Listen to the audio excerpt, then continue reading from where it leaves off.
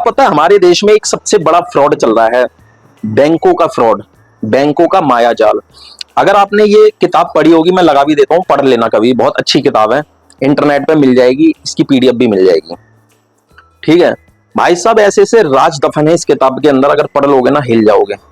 ठीक है, तो भैया ये बैंकों का जो राज है ना, बैंक, आपने देखा ये भारतीय रिजर्व बैंक आरबीआई, आपको पता है ये भारत का नहीं है, नहीं है, लेकिन 90% भारतीय सोचते हैं ये भारत का ही है, क्योंकि भारत लिखा है। और यही इनकी एक चाल होती है, ये जिस देश में अपना बैंक, अपना जो भी है खोलते हैं, उस देश का नाम यूज करते हैं, ताकि वहां की जनता को लगे ये हमारे देश का ही है, ये स्वदेशी ही है, लेकिन वो स्वदेशी नहीं है। आपको पता है अंग्रेज इतनी आसानी से भारत को कैसे छोड़ सकते हैं भाई, कैसे छोड़ सकते हैं भाई? उन्होंने देखा कि यार इस देश को फिजिकल रूप से गुलाम बनाना बहुत महंगा पड़ रहा है, मेंटली रूप से, आर्थिक रूप से गुलाम बना लो यार, इन्हें शारीरिक रूप से आजादी दे दो, क्या दिक्कत है, लेकिन इनके पैसों पे हमारा कंट्रोल होना चाहिए, उसका नाम बैंक।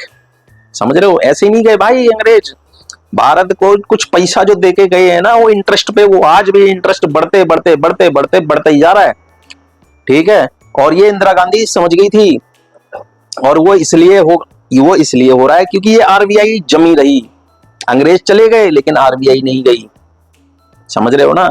आरबीआई भारत का नहीं है, वो आपको बेवकूफ बनाया जा रहा है। ठीक है, तो भैया आरबीआई भारत का नहीं है।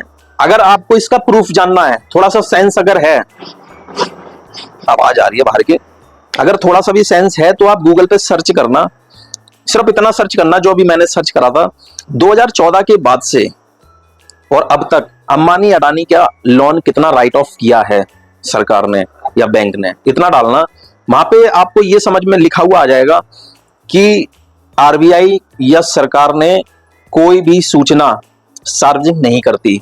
मतलब ये टाइप की कोई भी सूचना आरबीआई या सरकार सार्वजनिक नहीं करती। अब इसका मतलब क्या है, वो बताना भी नहीं चाहती। और 16 लाख करोड़ राइट ऑफ हुए हैं 2014 से लेके और 2024 तक। तो वो पैसा किसानों का तो हुआ नहीं, हमारे तुम्हारे जैसों का तो हुआ नहीं, वही गुजरात के 2 बंदे, उनका ही हुआ है, इसलिए वो मालदार बने हैं। वरना इतनी तेजी से उनकी ग्रोथ कैसे हो सकती है भाई? और वो इसलिए बने हैं क्योंकि वो राज जानते हैं बैंकों की ठगई।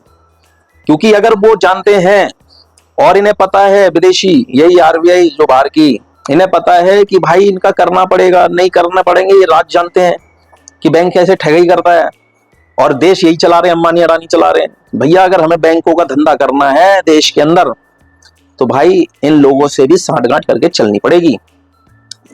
समझ रहे हो ना? ये सारा खेला है, ये एक षड्यंत्र है, लेकिन आम आदमी का दिमाग ऐसे नहीं जाएगा इधर।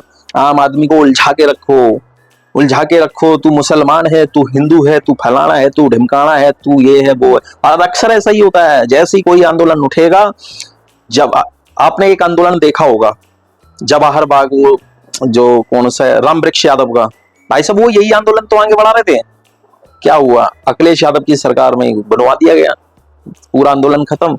मतलब जो जो रुपए के ऊपर बात उठाएगा, बैंक के ऊपर बात उठाएगा, वो मारा जाएगा।